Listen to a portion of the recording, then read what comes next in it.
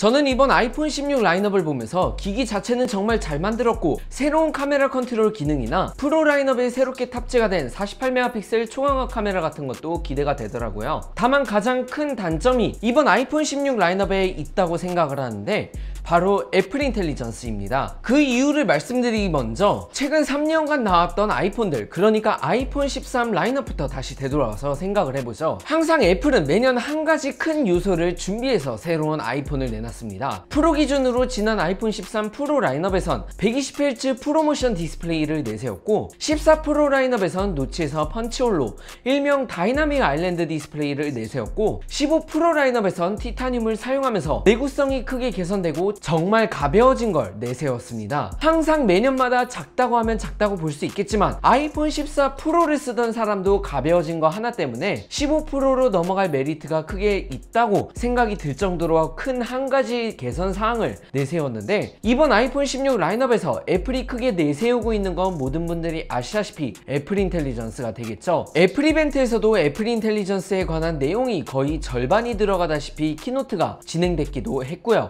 애플 인텔리전스는 현재 미국에서도 이번 아이폰 16 라인업을 구매하고 수령해도 빨리 써봤자 10월부터고 10월에 업데이트되는 iOS 18.1을 통해 개선된 실이나 텍스트 편집 도구, 알림 요약 등을 제공하고 12월에는 iOS 18.2 업데이트를 하면서 더 많은 영어권 국가로 확장하고 챗GPT와 연계된 시리를 쓸 수 있고 생성형 이미지를 생성할 수 있는 이미지 플레이그라운드나 젠모지를 사용하고 내년을 넘겨서 iOS 18.4에서는 일본어나 중국어, 불어, 스페인어로 총 4가지 추가 언어 지원이 제공됩니다. 그러니까 사실 애플 인텔리전스의 가장 메인인 미국조차도 2025년을 넘겨야 이번 6월 WWDC 2024에서 소개된 대부분의 애플 인텔리전스 기능을 사용할 수 있다는 거죠. 심지어 우리나라는 언제쯤에 애플 인텔리전스를 지원할지 조차도 의문입니다. 실이나 아이폰, 기기 언어 자체를 미국권 영어로 하면 10월부터 사용을 할 수는 있지만 우리나라에서 그래도 편히 쓰려면 한국어가 지원해야 되는데 이게 언제쯤 지원할지 정확히 모른다는 거죠. 이번 애플 이벤트에서 방금 말씀드린 대로 일본어, 중국어, 불어, 스페인어가 내년 초에 추가 지원이 제공된다고 공식 발표가 됐지만 한국어는 언급이 없었기 때문에 언제쯤 지원할지 의문인데요.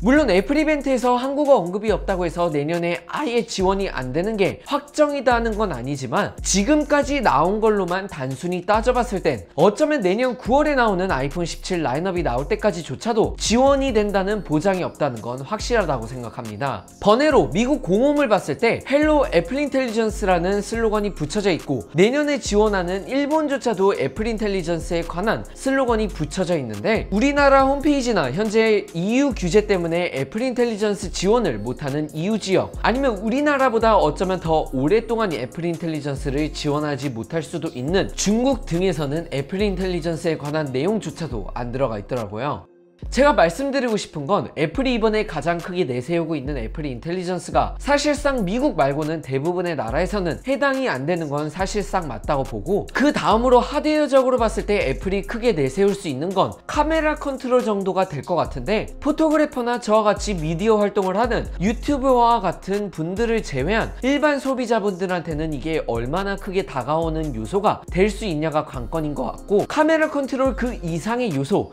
뭐 외형 리디자인이건 기본 라인업에서 고주사율 지원이던 어떠한 큰 요소가 하나 더 있었어야 된다고 생각합니다. 어제 저녁에 분석가 밍츠거 통해서 이번 아이폰 16 라인업이 아이폰 15 라인업 대비 12.7% 정도 감소한 3,700만 대 정도만 판매가 됐다고 내용이 나온 걸 봤을 때 다 같은 생각을 하고 있는 게 아닐까 개인적으로 생각이 되고, 제가 어디서 찾아보니까 중국이랑 EU에 배정돼야 되는 물량이 우리나라로 넘어왔다는 내용을 어디서 봤는데, 만약에 이번 애플 인텔리전스가 중국에서도 처음부터 지원을 하고 EU에서도 지원을 했더라면 과연 우리나라가 이번에 1차 출시국이 될 수 있었을까 하는 생각이 들기도 하고요. 그래서 이번 아이폰 16 라인업 넘어갈 메리트가 있냐고 여쭤보신다면, 뭐 물론 제가 지금 아이폰 16을 쓰고 있는 상황은 아니지만 저는 지난 4년간 매년마다 바꿀 메리트가 한 가지쯤은 있다고 생각해서 그 메리트를 요소를 어필하면서 말씀을 드렸지만, 이번 아이폰 16 라인업은 지금 현재 사용하고 계시는 핸드폰이 쓰는데 너무 불편하고 렉 걸리고 답답하고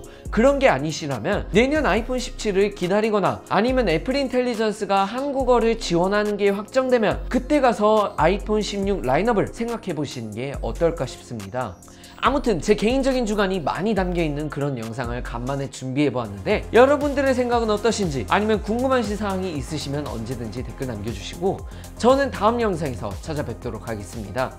고맙습니다.